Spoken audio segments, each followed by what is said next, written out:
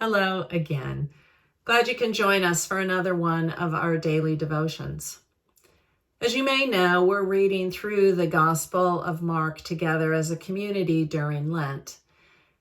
Today we're going to be looking at Mark 10, verses 1 through 12. If you haven't read through that passage already, I invite you to put me on pause and then rejoin me once you are done. So this text, I think, raises an immediate question for us. And that is, how do we even begin to make sense of this at a time when, unfortunately, 40 to 50% of all first marriages in the U.S. end in divorce? Well, to begin to understand, I think we need to go back and look at the context of Jesus' day.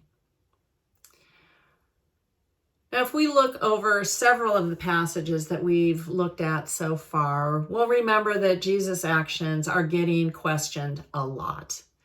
He gets asked about healing on the Sabbath. He gets asked why his disciples don't fast or follow other ritual purity laws like washing their hands before they eat a meal.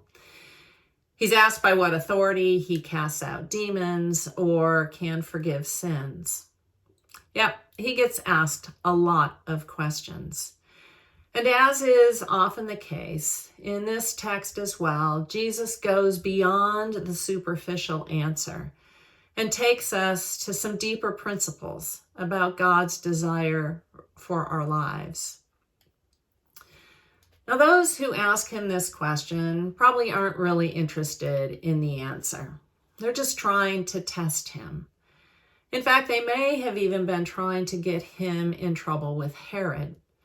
Because you may remember, we read earlier that Herod had married his brother's sister, which John the Baptist condemned and then lost his head over. So Jesus uses this as a teaching moment in a patriarchal society. He reminds them that divorce is legal. The requirement for a man to write a certificate of dismissal was actually an act of compassion for the woman so that she would be able to move into another household and wouldn't be resigned to a life of vulnerability. Jesus reminds them that this law was put in place because of their hardened hearts. The truth is, hardened hearts need hard and fast rules. Hardened hearts need things to be black and white.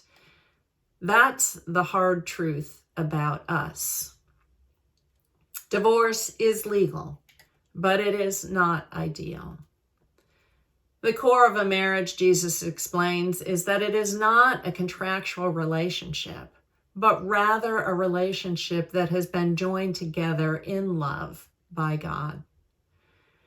And Jesus goes even a bit further and presents this radical notion that actually equates the actions of a man and a woman when it comes to divorce and adultery.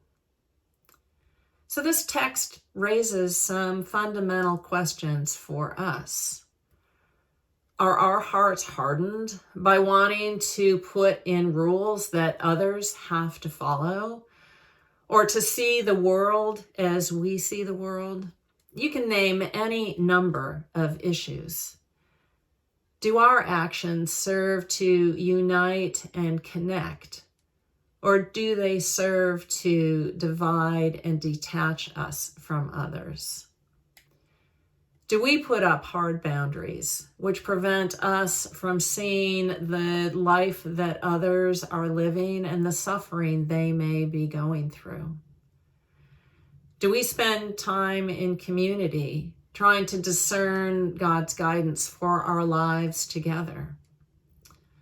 And are we seeking to reflect the love of God which joins us together? Now, these are not just questions we ask once in our lives and are done with it.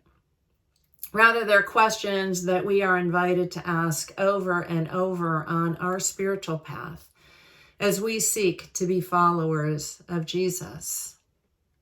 Ultimately, What is it that serves life and enables our lives to flourish? Until next time, be well.